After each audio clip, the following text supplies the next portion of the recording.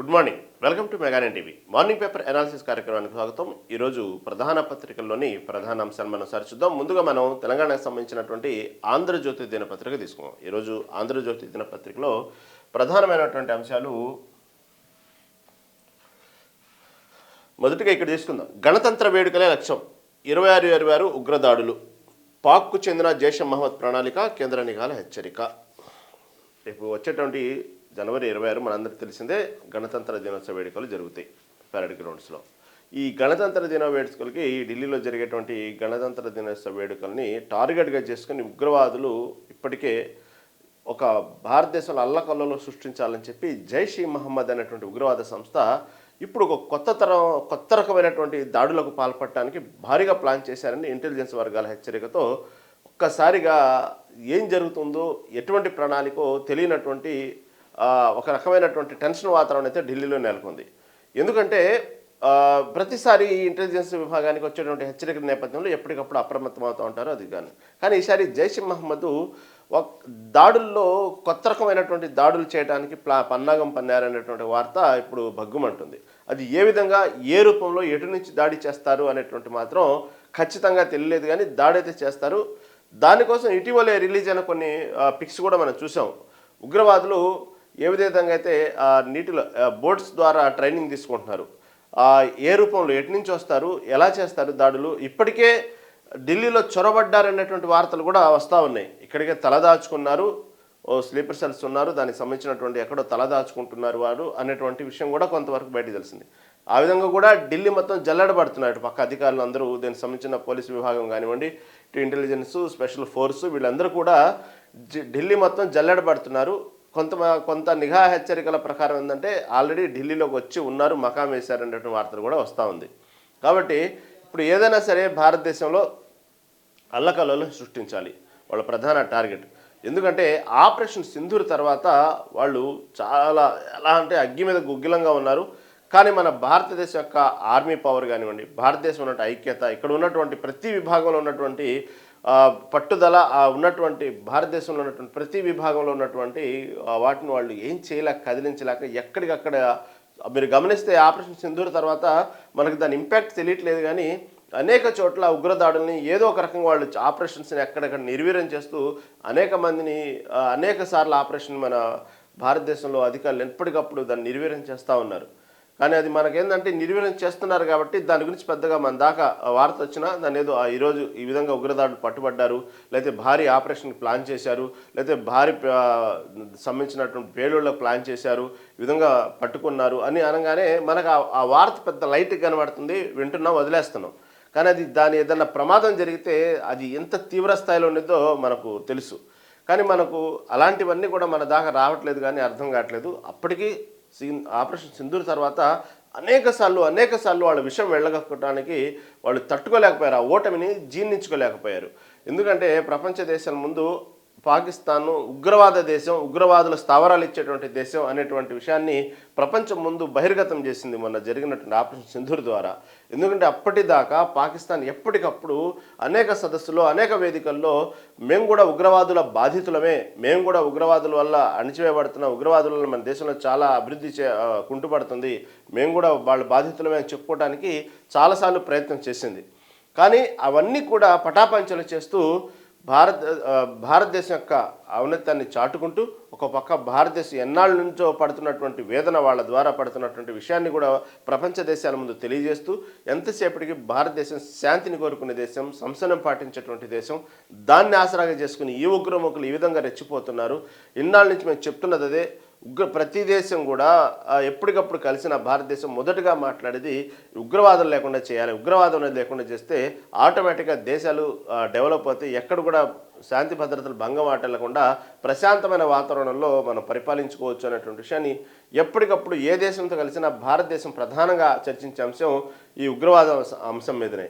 కాబట్టి ఇలాంటి అంశాల మీద ప్రస్తావించినప్పుడు ఈ పాకిస్తాన్ ఎప్పటికప్పుడు అవకాశం వచ్చినప్పుడల్లా భారతదేశాన్ని ఏదో విధంగా కావాలని చెప్పి పాకిస్తాన్ విధంగా చిత్రీకరిస్తుంది అంటూ పాకిస్తాన్ను ఒక పాపం నంగనాచిలాగా ఎక్కడికక్కడ చెప్పుకోవడానికి ప్రయత్నం చేస్తూ ఉంది.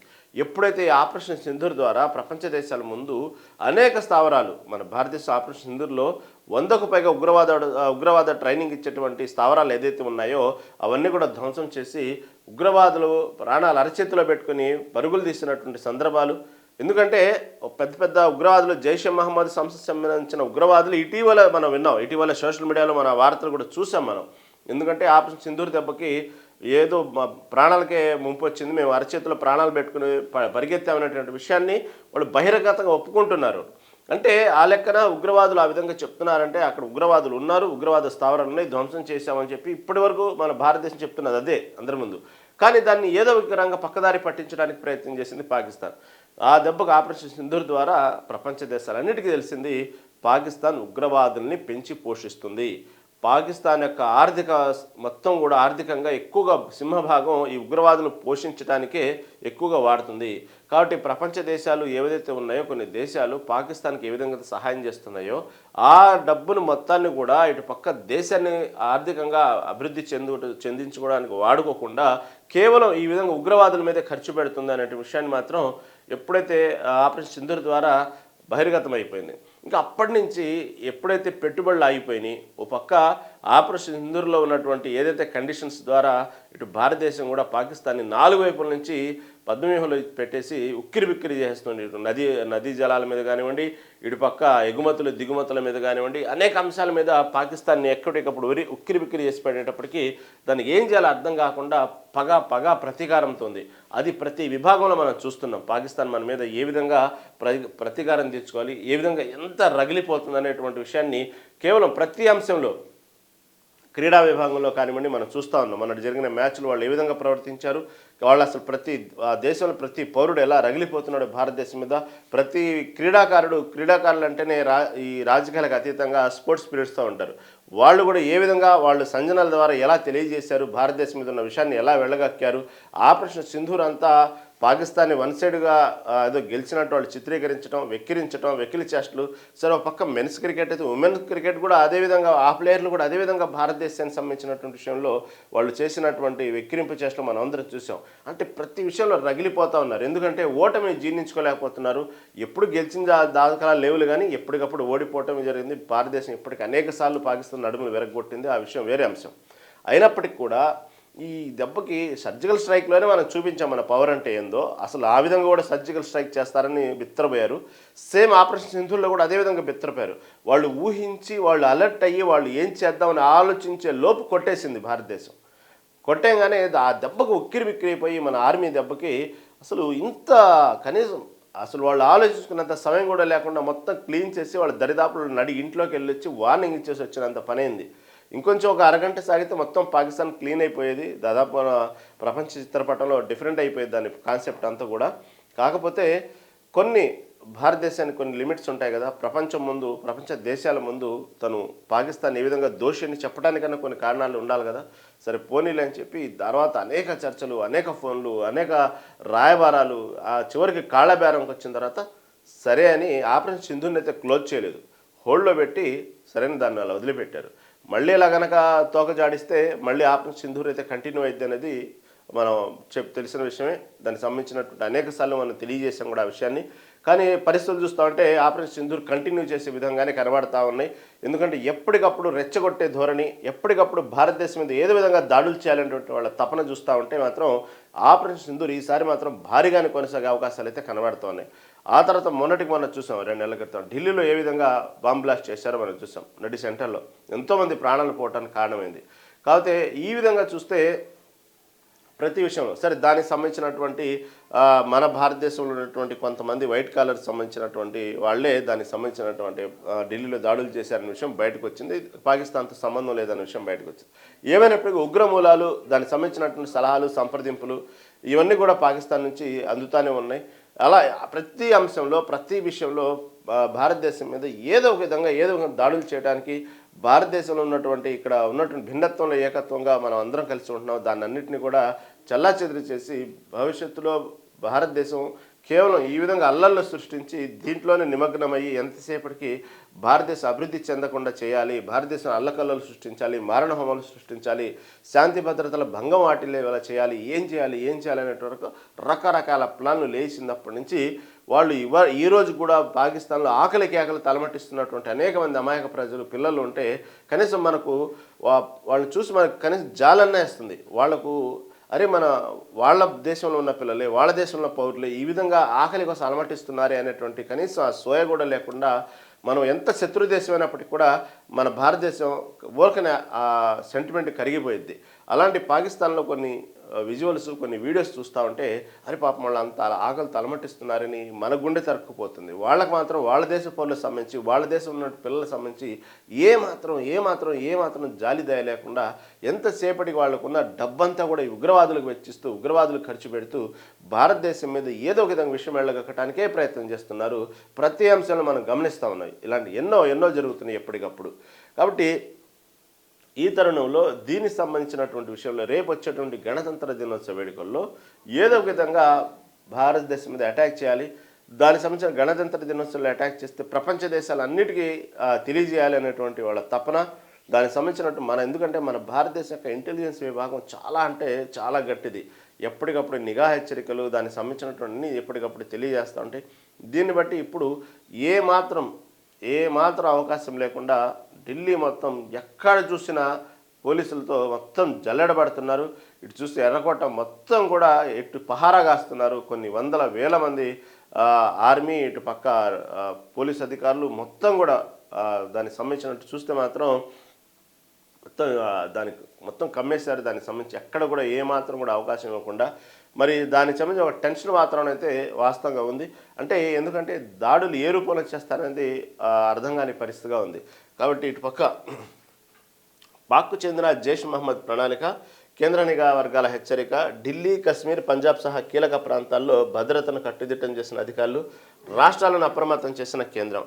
ఎందుకంటే మనం అనేక సినిమాల్లో చూస్తూ ఉంటాం, ఒక సబ్జెక్ట్ ఒక కాన్సెప్ట్ తీసుకొచ్చి అందరినీ ఒక చోట డైవర్షన్ చేస్తారు. డైవర్షన్ చేసిన తర్వాత అందరు దాని మీద ఒక నిఘా పెట్టి ఏదైతే వార్త వచ్చిందో దాని మీద నిఘా పెట్టి అందరూ అటువైపే దాన్ని జరగకుండా చూస్తూ ఉంటారు. కానీ ఒకసారిగా ఈ దొంగలో ఉగ్రవాదులు దానికి సంబంధించిన సినిమాలో చూపించే విధంగా మొత్తం డైవర్ట్ చేసి వేరే చోట దాడి చేస్తారు. ఈ విధంగా మనం కొన్ని చూసాం. ఇదే విధంగా వీళ్ళ ప్లాన్లు కూడా ఒక్కసారి అలాగే ఉంటాయి. వీళ్ళు చేసేటువంటి కావాలని చెప్పి కొన్ని విషయాలు లీక్ చేసి మొత్తాన్ని అటు డైవర్ట్ చేసేసి ఇంకో చోట దాడులు చేస్తారు. కాబట్టి కేంద్రం ఇప్పటికీ హెచ్చరించింది. మొత్తం అన్ని రాష్ట్రాలకైతే అప్రమత్తం చేసింది కేంద్రము. దాంతోపాటు ఎక్కువగా ఢిల్లీ, కశ్మీరు, పంజాబ్ సహా కీలక ప్రాంతాల్లో ఇవి మెయిన్ టార్గెట్స్ ఉంటాయి. కాబట్టి వాళ్ళకు చాలా దగ్గర ఉన్న ప్రాంతాలు, టార్గెట్ చేసేటువంటి ప్రాంతాలు, వాళ్ళు కొడితే ఈ ఢిల్లీని కొట్టాలి అనేటువంటి మొదటి నుంచి ఉన్నటువంటి అంశం. ఈ ఢిల్లీ మీదనే వాళ్ళ ఎప్పుడు కళ్ళు ఉంటాయి ఉగ్రవాదులది. కాబట్టి అనేకమైన కీలక ప్రాంతాల్లో ఇప్పటికీ హై అలర్ట్ అయితే జారీ చేశారు. ఎక్కడికక్కడ రేపు జరిగేటువంటి, ఎందుకంటే ఏమాత్రం గణతంత్ర దినోత్సవ వేడుకల్లో ఏమాత్రం అపశృతి చోటు చేసుకున్నా ఇలాంటిది ఏదైనా వాళ్ళు కనుక ఒక పై చేసాని సక్సెస్ అయినా మనం చాలా సరే వేరే దేశాల ముందు వేరే దాని ముందు మన అబాస్ పాలటం అంతే సెకండరీ. ముందు మన పౌరుల్ని పోగొట్టుకుంటాం, చాలా భారీ నష్టం వాటిల్లిది, ప్రాణ నష్టం వాటిల్లిది. కాబట్టి అలాంటి మాత్రం ఒక్కటి కూడా అవకాశం లేకుండా ఇప్పటికైతే భద్రత అయితే కట్టుదిట్టం చేశారు. ఎందుకంటే ప్రతిసారి ఏదో ఒకటి హెచ్చరికలు వస్తూ ఉంటే మన వార్తలు వింటూ ఉంటాం. ఇది ఇంటెలిజెన్స్ వర్గాల హెచ్చరికలు అంటూ ఉంటారు, నిఘా వర్గాల హెచ్చరికలు అంటారు, ఏదో దానికి సంబంధించినటువంటి పోర్ట్ఫోలియో ప్రకారం వాళ్ళు తీసుకోవాల్సిన జాగ్రత్తలు తీసుకుంటూ ఉంటారు. కానీ ఈసారి ఇంత భారీ భద్రత దిగి మొత్తం ఎక్కడికక్కడ జల్లెడబడుతూ ఎర్రకోట చుట్టూ రేపు జరిగేటువంటి గణతంత్ర వేడుకలు మొత్తాన్ని పరిసర ప్రాంతాల మొత్తాన్ని కూడా భారీగా ఆక్యుపై చేశారంటే ఏదో భారీగానే వాళ్ళకి అందినటువంటి సమాచారం అనేటువంటి ఒక భయం కూడా నెలకొంటుంది. అక్కడ ప్రజలైతే కొంచెం భయాందోళనకు గురవుతున్నారు. ఎందుకంటే ఆ హడావుడి ఆ విధంగా ఉంది. అంత హడావుడి చూస్తుంటే ఏదో వచ్చిన న్యూస్ స్ట్రాంగ్ న్యూస్ అనేది మాత్రం అర్థమవుతా ఉంది. దాన్ని బట్టే అక్కడ ఢిల్లీ మొత్తం కూడా హై అలర్ట్గా ఉంది. ప్రస్తుతం అయితే ఈ రేపు జరిగేటువంటి ఏదైతే గణతంత్ర దినోత్సవాలు జనవరి 25 జరిగేటువంటి గణతంత్ర దినోత్సవ వేడుకలకు సంబంధించి మాత్రం ఎలాంటి అపస్థితులు లేకుండా ఎటువంటి ప్రాణ నష్టాలు, ఆస్తి నష్టాలు జరగాలని కోరుకుందాం. చూద్దాం రేపు దానికి సంబంధించిన వాళ్ళకు వచ్చినటువంటి హెచ్చరికల ప్రకారం ఎక్కడికక్కడ ఉగ్రవాదులు ప్లాన్స్ ఏదైతే ఉన్నాయో దాన్ని ముట్టడి చేసి దానికి సంబంధించినటువంటి ముట్టుబట్టించి దానికి సంబంధించినటువంటి నిర్వీర్యం చేయడానికైతే అధికారులు ఎప్పటికప్పుడైతే ప్రయత్నాలు చేస్తూ ఉన్నారు. దానికి సంబంధించి ఎప్పటికైనా దేశం శాంతిగానే ఉండాలని కోరుకుంటాం. కాబట్టి మనందరం దానికి సంబంధించినటువంటి ఎవరైతే భయపడం అదే టైంలో కూడా మన శాంతిని కోరుకుంటాం కాబట్టి అలాంటి దాడులు జరగకుండా ఉండాలని మనం అందరం కోరుకుందాం. ఎందుకంటే దాడి ఏ రూపంలోనే ఎంత తీవ్రం అనేది మనం ఊహించాం కాబట్టి ఎప్పటికప్పుడు అలాంటివి జరగకుండా ఉండాలని ఎవరైనా సగటు భారతీయులు మనం కోరుకోవాలి.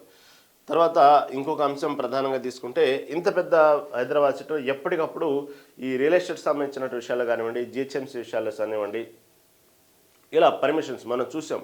హైడ్రా ఈ ప్రభుత్వ ఆస్తిని ఏ విధంగా ఆక్రమిస్తే ఏ విధంగా హైడ్రా తన యాక్టివిటీని మొదలుపెట్టింది, దాని సపరేట్గా ఒక విభాగం, దానికంటూ ఒక అధికారులు, పోలీస్ స్టేషన్ విభాగం, ఎప్పటికంటూ దానికి సంబంధించిన ఒక మొత్తం అధికారికంగా ఒక హైడ్రా అనేది ఒకటి దానికంటూ క్రియేట్ అయింది తెలంగాణలో.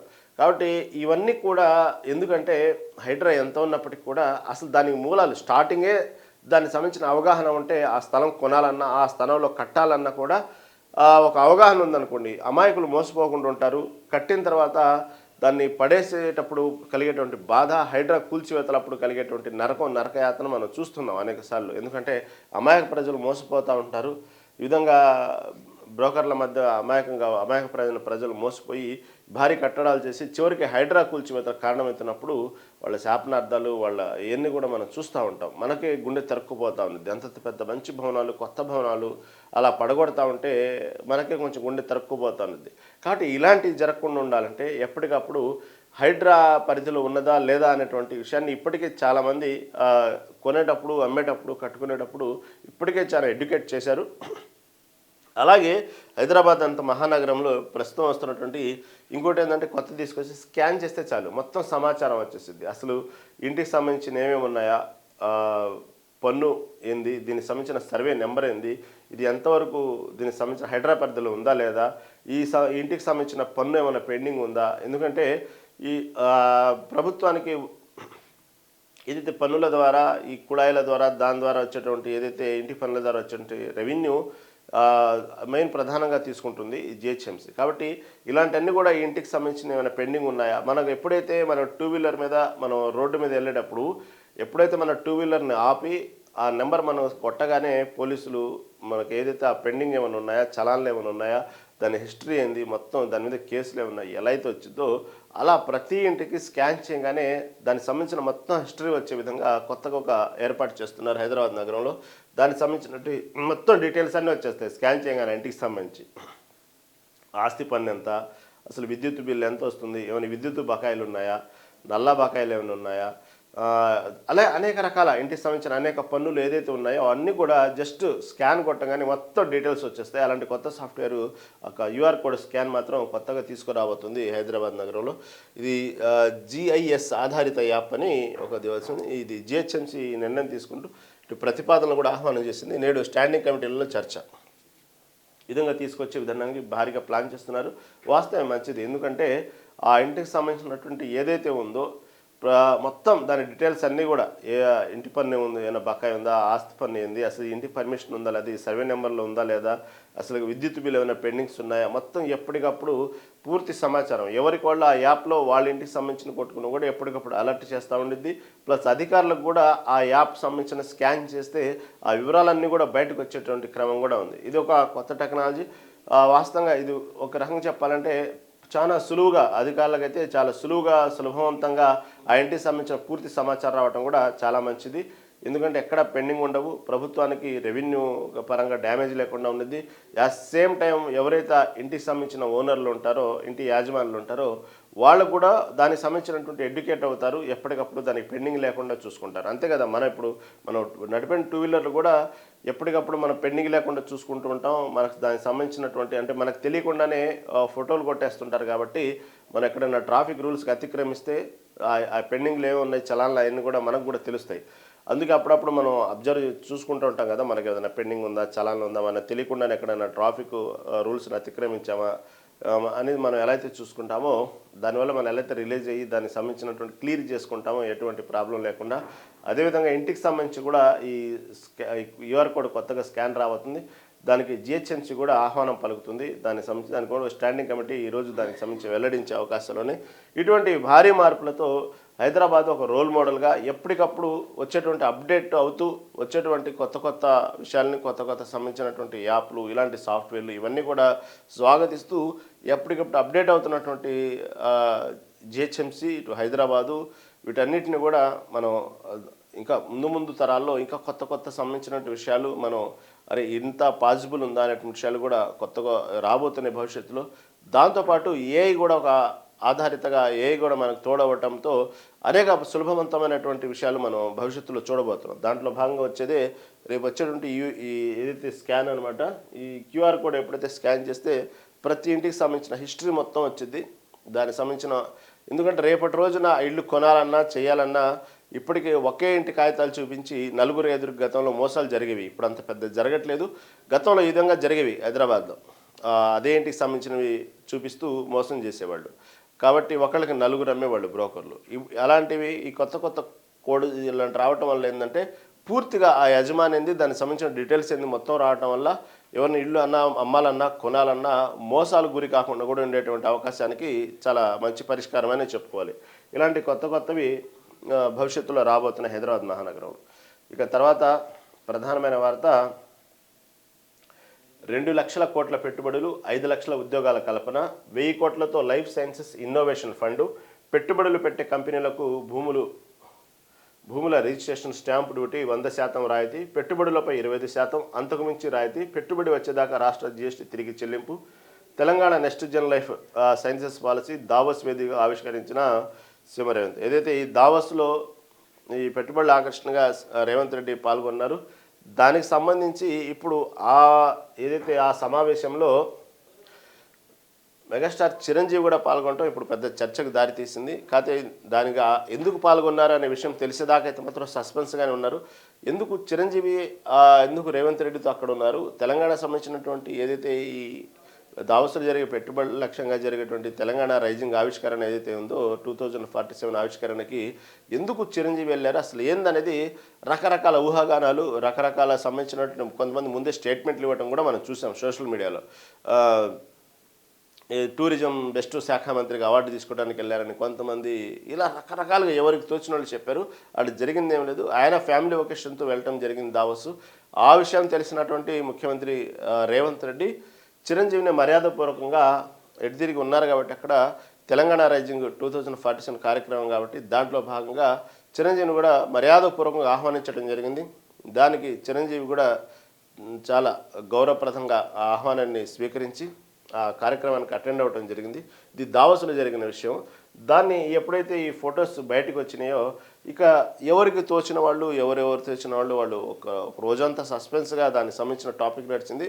ఎట్టకేలకు దానికి సంబంధించిన వివరణ అయితే ఇచ్చారు. దాంట్లో భాగంగా ఈ 2 లక్షల కోట్ల పెట్టుబడులు, 5 లక్షల ఉద్యోగాల కల్పన. కాబట్టి ఎవరైతే హైదరాబాద్ మహానగరంలో పెట్టుబడులు పెట్టడానికి వస్తారో వాళ్ళకు సంబంధించినటువంటి విషయంలో మాత్రం ఈ రిజిస్ట్రేషన్ స్టాంపు డ్యూటీ 100% రాయితీ ఇస్తామంటూ కూడా పెట్టుబడులు పెట్టే కంపెనీలకు ఈ భూములు ఏదైతే ఉన్నాయో రిజిస్ట్రేషన్కి 100% రాయితీలు ఇస్తామంటూ సీఎం రేవంత్ రెడ్డి ప్రకటించడం జరిగింది దావోస్ సాక్షిగా. అంతవిధంగా పెట్టుబడులపై 25%, అంతకు మించి కూడా రాయితీ ఇస్తాము, పెట్టుబడి వచ్చేదాకా రాష్ట్ర జీఎస్టీ తిరిగి చెల్లింపు, ఇలా అనేక రకమైనటువంటి పెట్టుబడిదారులు హైదరాబాద్లో పెట్టుబడి పెట్టడానికి తెలంగాణ అభివృద్ధిలో భాగంగా సీఎం రేవంత్ రెడ్డి తీసుకున్న నిర్ణయాలు దావోస్లో ప్రకటించడం జరిగింది.